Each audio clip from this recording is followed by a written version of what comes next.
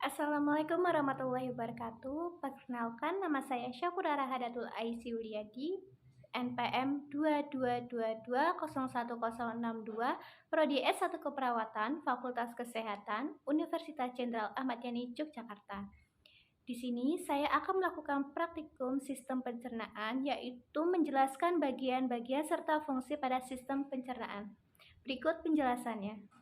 Yang pertama, ada kelenjar parotis berfungsi sebagai penghasil ludah berbentuk cair atau serosa dan enzim petialin atau amilase. Kedua, ada kelenjar sublingual berfungsi sebagai penghasil ludah mengandung air dan lendir atau seromukosa. Ketiga, ada kelenjar submandibular. Fungsi utama kelenjar ini menghasilkan air liur paling banyak sekitar 70%. Air liur yang dihasilkan pada kelenjar ini mengandung protein yang menghambat pertumbuhan bakteri sehingga mencegah terjadinya infeksi. Keempat, faring berfungsi sebagai arus alat pencernaan yang membawa makanan dari rongga mulut sampai ke esofagus. Yang kelima, ada trakea. Fungsi trakea salah satunya yaitu untuk membawa udara menuju paru-paru. Keenam, ada esofagus atau kerongkongan berfungsi sebagai pipa penyalur makanan. Ketujuh, ada lambung. Lambung memiliki 3 fungsi utama, yaitu menyimpan makanan dan cairan yang tertelan. Yang kedua, mencampur makanan dan cairan pencernaan yang diproduksinya, serta perlahan-lahan mengosongkan isinya ke dalam usus kecil. Kedelapan, ada diafragma, berfungsi untuk membantu saat bersin, muntah, buang air kecil, serta buang air besar dengan meningkatkan tekanan pada rongga perut. Fungsi diafragma lainnya yaitu untuk mencegah terjadinya naiknya asam lambung ke kerongkongan dengan menjaga tekanan pada kerongkongan. 9. Limpa. Limpa adalah organ tubuh di dalam rongga perut sebelah kiri atas yang berfungsi untuk menghasilkan cairan yang membantu pencernaan dan membersihkan darah. 10. Hati. Hati berfungsi untuk membantu menstabilkan kadar gula darah atau glukosa. Jika kadar gula darah meningkat, hati menyaring gula dari darah yang dipasok oleh pembuluh vena dalam hati dan penyimpanannya dalam bentuk glikogen. 11. Kandung empedu berfungsi untuk menyimpan, mengentalkan, dan melepas getah empedu ke saluran pencernaan. 12.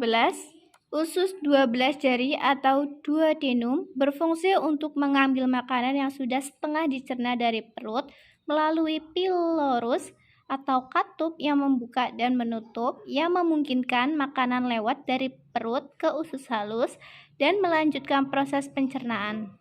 Ke-13, saluran empedu umum berfungsi membantu pencernaan dan mengemulsi lemak.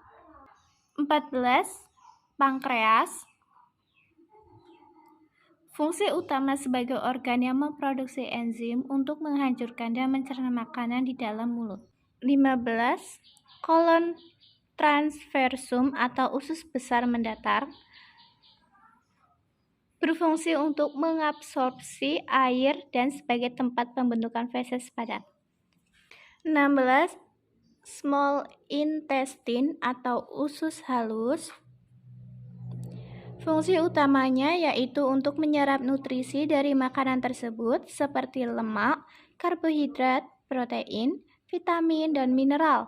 Nutrisi yang diserap kemudian akan dialirkan ke dalam darah. 17.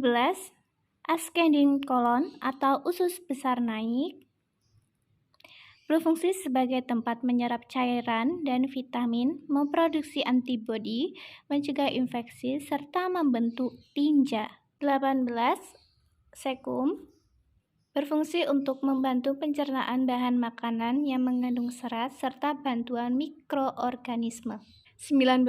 Appendix berfungsi sebagai organ imunologik dan secara aktif berperan dalam sekresi imunoglobulin atau suatu kekebalan tubuh di mana memiliki kelenjar limfoid.